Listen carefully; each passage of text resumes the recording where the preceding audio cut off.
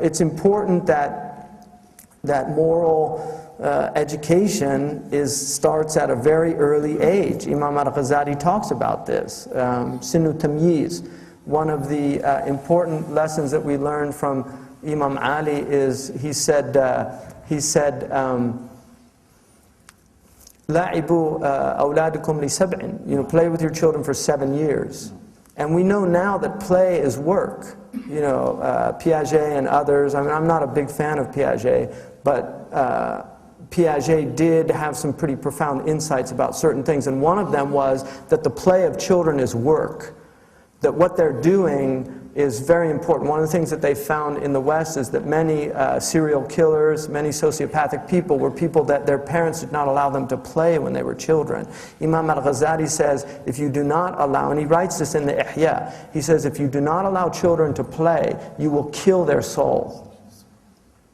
And so it's very important that for those first 7 years in particular, there is a lot of playtime and activity. That's what they should be doing. There should be very little instruction or education at that time. Another important thing that a lot of people don't understand, especially parents, but teachers also, is that children before 7 have no concept of lying.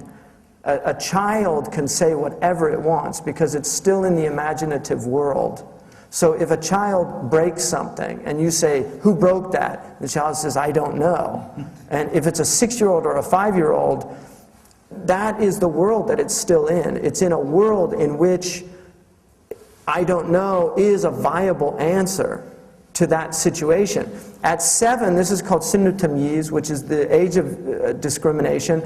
It's still not fully formulated, but it's the beginning of this discrimination. That's why taklif only comes at puberty, not before that. Children are not held accountable before that for that very reason. So it's very important to recognize that in this early period, a lot of play activity. I mean, the Montessori idea of a lot of sensory stimulation is completely consistent with much of what we're learning now. I mean, there's incredible strides have been made in the last 20 years in the study of the brain, in neurology. I mean, things that we're finding out about the idea of a lot of positive sensory stimulation. There's a lot of negative sensory stimulation going on there as well. Television, these games that children are playing, you're going to create uneducable children if they indulge in these things.